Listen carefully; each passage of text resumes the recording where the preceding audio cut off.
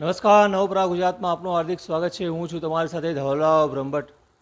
મિત્રો, કેન્દ્રીય મંત્રી નીતિન ગડકરી દ્વારા ફાઇનાન્સ મિનિસ્ટર નિર્મલા સીતારામને એક લેટર લખીને આપ્યો છે.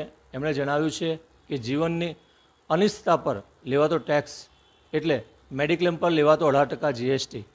એમણે જણાવ્યું છે લેટરમાં કે આ જે 18% ટેક્સ છે એને કાઢી નાખવો જોઈએ, કેમ કે જીવનનો જે રિસ્ક છે એ રિસ્ક કવર કરવા માટે લોકો મેડિક્લેમ લેતા હોય છે.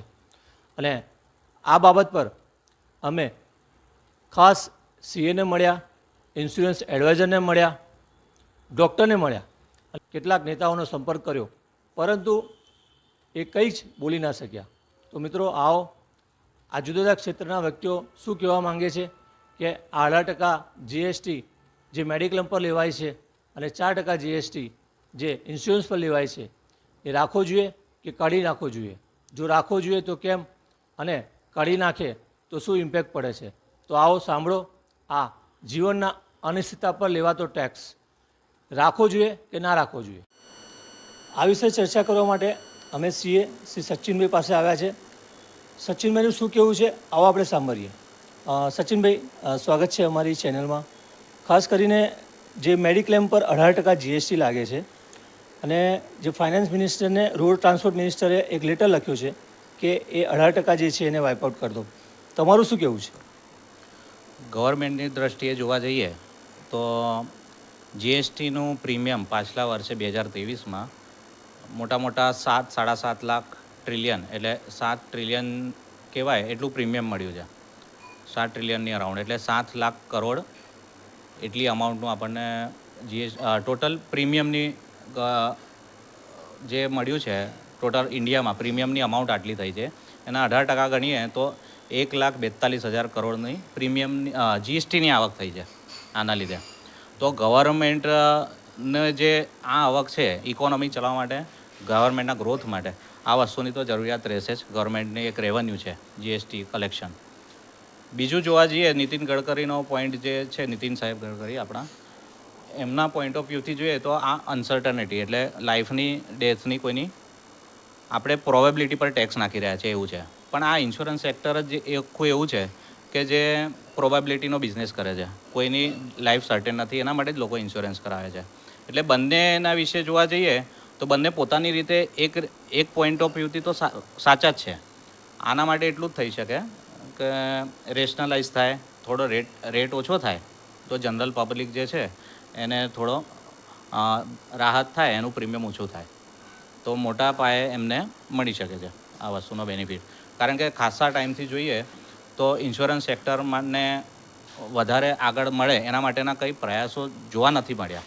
કારણ કે જે આપણી મધ્યમ વર્ગ છે એને મેઇન બેનિફિટ મળતો હોય છે સેક્શન 80Cમાં, જે લાઈફ ઇન્સ્યોરન્સમાંથી કે મેડિક્લેમમાંથી 80Dમાં, સેક્શન 80Dમાં ઇન્કમ ટેક્સમાં એમને બેનિફિટ મળતો હોય છે. તો એનો જે સ્લેબ છે ખાસા વર્ષોથી 1.5 લાખ પર જ અટક્યો છે. એ સ્લેબ વધતો નથી એટલે લોકો ઇન્સ્યોરન્સની પાછળ ઇન્વેસ્ટ કરતા ખચકાય છે. અને એ વધારે અમાઉન્ટ જાય છે ક્યાં, તો એ શેર ટ્રેડિંગમાં, મ્યુચ્યુઅલ ફંડમાં, એ આખી ફંડ એમાં ડાયવર્ટ થયું છે. જો આ વસ્તુમાં રેટ ઓફ ઇન્ટરેસ્ટ આમાં ઘટાડવામાં આવે, જેવું કે હમણાં જાણવામાં આવ્યું છે કે મિનિસ્ટર્સની બેઠક થવાની છે 6 મેમ્બર્સની, એમાં રેટ વિશે જે 4 ટાયર જીએસટીનો રેટ છે 5%, 12%, 18% અને 28%, એને આપણે 3 ટાયરમાં લાવવાના છે. કોઈ પણ 3 ટાયરમાં લઈ જશે એટલે 8, 16 ને 24% અથવા તો 9, 18 અને 27%માં જીએસટીને બાયફર્કેટ કરવાના છે અને એ રીતે વસ્તુને બાયફર્કેટ કરવાના છે. જો એવું થાય અને જીએસટી જે લાઈફ ઇન્સ્યોરન્સ કે જનરલ ઇન્સ્યોરન્સ પર જે બી અમાઉન્ટ લગાવવામાં આવે છે, હમણાં હાલની પોઝિશનમાં 18% લગાડવામાં આવે છે, જો એને ઘટાડવામાં આવે અને ઓછા સ્લેબમાં બી લાવી શકાય તો કંઈ જનતા છે આપણા જે પબ્લિક છે એને થોડીક રાહત થઈ શકે છે, પ્રીમિયમ ઘટી શકે છે. તમને લાગે છે કે જો 18થી 12 પર આવે કાં તો ઓછા સ્લેબમાં આવે તો જે સિનિયર સિટીઝનો છે કાં તો પછી આ સેક્ટરમાં બિઝનેસ વધે એવું તમને લાગે છે? હા, સેક્ટરમાં હમણાં પ્રાઇવેટ કંપનીઓએ પણ ઇન્સ્યોરન્સ જે સેક્ટર છે, પ્રાઇવેટ કંપનીઓ બી આમાં ખાસી વધી ગઈ છે. તો એના વાઇઝ તો આમાં ગ્રોથ છે જ. પણ જીએસટીને લીધે જે લોકલ પબ્લિક કહેવાય આપણે જેના પર ટેક્સ લાગે છે એમને જે આનો બેનિફિટ લે છે, જે ઇન્સ્યોરન્સ કરાવે છે એમને એ વસ્તુ મોંઘી થાય છે. જીએસટી લાગશે એટલે એ વસ્તુ થોડું મોંઘું થશે. પહેલાં આ વસ્તુ 15% હતો, આનો જીએસટીનો રેટ 15% હતો, હવેથી હમણાં 18%ના સ્લેબમાં છે. તો નીતિન ગડકરી સાહેબશ્રીના લેટરથી રેટમાં ઘટાડો થવાની સંભાવના ખરી. ખાસ આપણો ક્વેશ્ચન હતો કે જે સિનિયર સિટીઝનો છે એમને કંઈ ફાયદો થાય એવું લાગે છે? નહીં, સિનિયર સિટીઝનમાં આમાં બેનિફિટનું કંઈ ફાયદો થાય એવું આમાં નથી. આમાં ફક્ત જે ગવર્મેન્ટને ડિસાઇડ કરવાનું છે એમને જે જીએસટી કલેક્શન મળે છે ઇન્સ્યોરન્સ સેક્ટરમાંથી એ પછી કેવી રીતે સામે ભરપાઈ કરશે. તો મિત્રો આ હતા સીએ સચિનભાઈ. આપણી સાથે દિલીપભાઈ જોડાવા છે, જે 35 વર્ષથી લાઈફ ઇન્સ્યોરન્સ અને મેડિક્લેમ સાથે જોડાયા છે, એ એડવાઇઝર છે. દિલીપભાઈ, સ્વાગત છે તમારું. ખાસ કરીને નીતિન ગડકરી જે રોડ ટ્રાન્સપોર્ટ મિનિસ્ટર છે એમણે આપણા ફાઇનાન્સ મિનિસ્ટર નિર્મલા સીતારામને એક લેટર લખ્યો છે કે જે લાઈફ ઇન્સ્યોરન્સ અને મેડિક્લેમ પર જે 18% જીએસટી છે એને કાઢી નાખવો જોઈએ. તમને 35 વર્ષથી આ ફિલ્ડમાં છો, તમારું શું માનવું છે? સૌથી પહેલાં તો તમને જાણ કરું કે લાઈફ ઇન્સ્યોરન્સમાં 18% જીએસટી નથી. લાઈફ ઇન્સ્યોરન્સમાં 4.5% જીએસટી ઇન ફર્સ્ટ યર છે અને સેકન્ડ યરમાં 2.25% છે. પણ હા, હેલ્થ ઇન્સ્યોરન્સમાં 18% જીએસટી છે. મારા દૃષ્ટિએ એ રિમૂવ કરી દેવું જોઈએ, કારણ કે હેલ્થ ઇન્સ્યોરન્સ જે છે એ પબ્લિક માટે એક નેસેસિટી છે.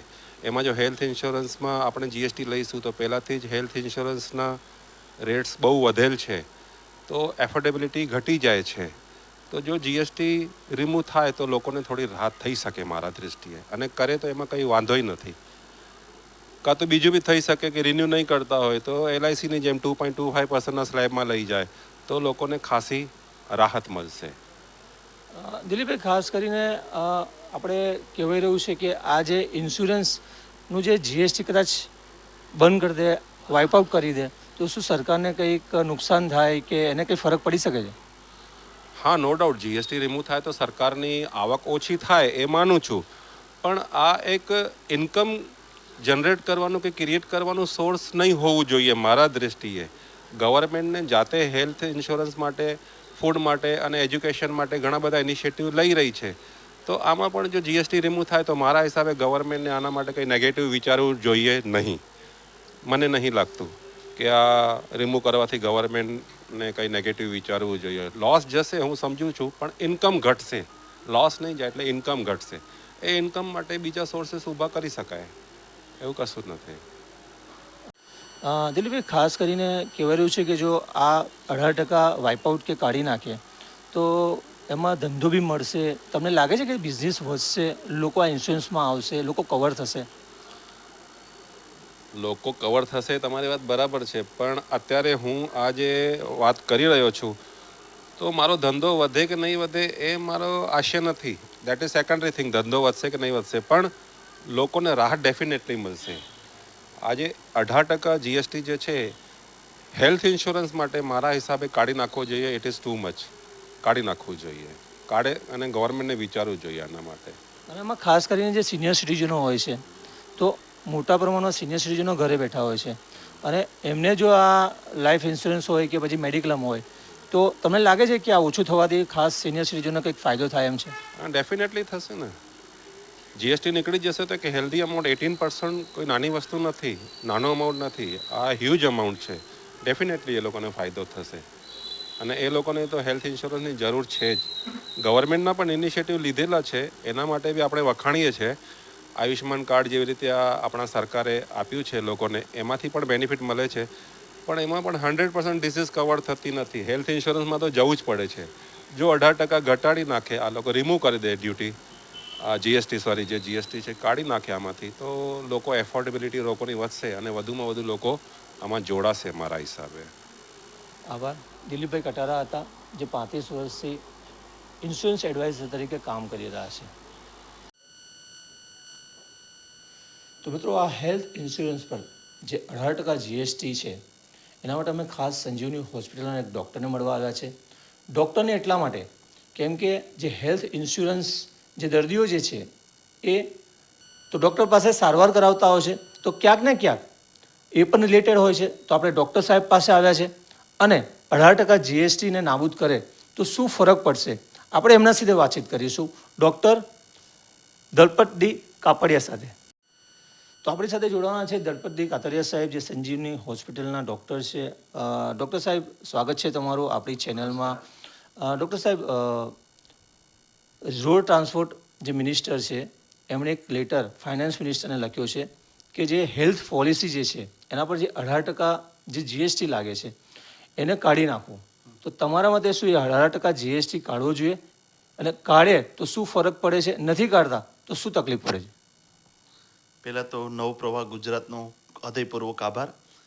અત્યારે કોવિડ પછી લોકોમાં મેડિક્લેમ પોલિસી લેવાની ખૂબ જાગૃતતા આવી છે. અને કોવિડ પછી બધી જ મેડિક્લેમ ઇન્સ્યોરન્સ કંપની છે એ પોતાએ પ્રીમિયમની અંદર ખૂબ મોટો વધારો કર્યો છે. એને લીધે જે સામાન્ય પરિવાર છે, મધ્યમ વર્ગ પરિવાર છે, એ મેડિક્લેમ પોલિસી લેતા ડરે છે અથવા તો એ પ્રીમિયમ ભરી શકતા નથી. તેવા સંજોગોમાં જો 18% જીએસટી લગાડવામાં આવે તો મધ્યમ વર્ગ અને ગરીબ વર્ગ છે એ આ ક્યારે પોલિસી લઈ શકવાનું નથી. અને એને જે આરોગ્યના જે ખર્ચાઓ જે અત્યારે અતિ ખર્ચાળ બનતા જા રહ્યા છે, તો એને સંબંધિત જો મધ્યમ વર્ગ અને ગરીબ પરિવારને ધ્યાનમાં રાખવામાં આવે અને 18% જીએસટી જો આમાંથી કાઢવામાં આવે અથવા તો ઇન્સ્યોરન્સ કંપનીના પ્રીમિયમ ઉપર થોડુંક પણ ઘટાડો કરી દેવામાં આવે તો મધ્યમ વર્ગ માટે ખૂબ મોટી રાહત હશે. અને હરેક લોકો મેડિક્લેમ લેશે, ઇન્સ્યોરન્સ પોલિસી લેશે ને એની અંદર તે આવી પ્રકારની જાગૃતતા આવશે. તો ડૉક્ટર સાહેબ, તમને લાગે છે કે જો આ 18% જે જીએસટી લાગે છે એને કાઢી નાખવામાં આવે તો ઇન્સ્યોરન્સ લેનારાની જે લોકો જે છે, જે દર્દીઓ છે, વધશે અને ઇન્સ્યોરન્સ કંપનીને પણ બિઝનેસ મળશે, તો તમને લાગે છે એવું? ચોક્કસ કે અત્યારે જે પ્રીમિયમ 18% જીએસટી એટલે ખૂબ વધારે જીએસટી કહેવાય ને, એને કારણે પ્રીમિયમ એ તે ખૂબ વધી જતું હોય. અત્યારે સામાન્ય ખાલી હસબન્ડ વાઈફ અને એના સન ડોટરનું ખાલી પ્રીમિયમ ગણવામાં આવે તો 18,000 કરતાં પણ વધારે આવે છે. અને એ પ્રીમિયમની અંદર 18% જીએસટી લાગે એટલે પ્રીમિયમમાં વધારો થાય. આને કારણે લોકો ઇન્સ્યોરન્સથી ભાગે છે. તો 18% જીએસટી ઓછું કરવામાં આવે તો ખરેખર મધ્યમ વર્ગ જે છે, જે પોલિસીઓ લેતા નથી અથવા તો જેનો થોડો પગાર છે, એ લોકો જે પોલિસીઓ લેતા નથી એને માટે આ ખૂબ આશીર્વાદરૂપ ગણાશે. તો મિત્રો, ખાસ સંજીવની હોસ્પિટલના ડૉક્ટરને મળ્યા છે અને એમનું કહેવું છે કે જો 18% જીએસટી જો નાબૂદ કરવામાં આવે તો ખરેખર એક રાહત થાય એવી છે. ડૉક્ટર સાહેબ, સિનિયર સિટીઝનો માટે ખાસ કહેવામાં આવી રહ્યું છે કે જો 18% ઓછું કરવામાં આવે તો સિનિયર સિટીઝનને ખૂબ જ રાહત થાય એમ છે. શું કહેવું છે સાહેબ? પહેલાં તો સિનિયર સિટીઝનોના ઇન્સ્યોરન્સ પોલિસીના જે પ્રીમિયમ છે એ ખૂબ વધારે હોય છે.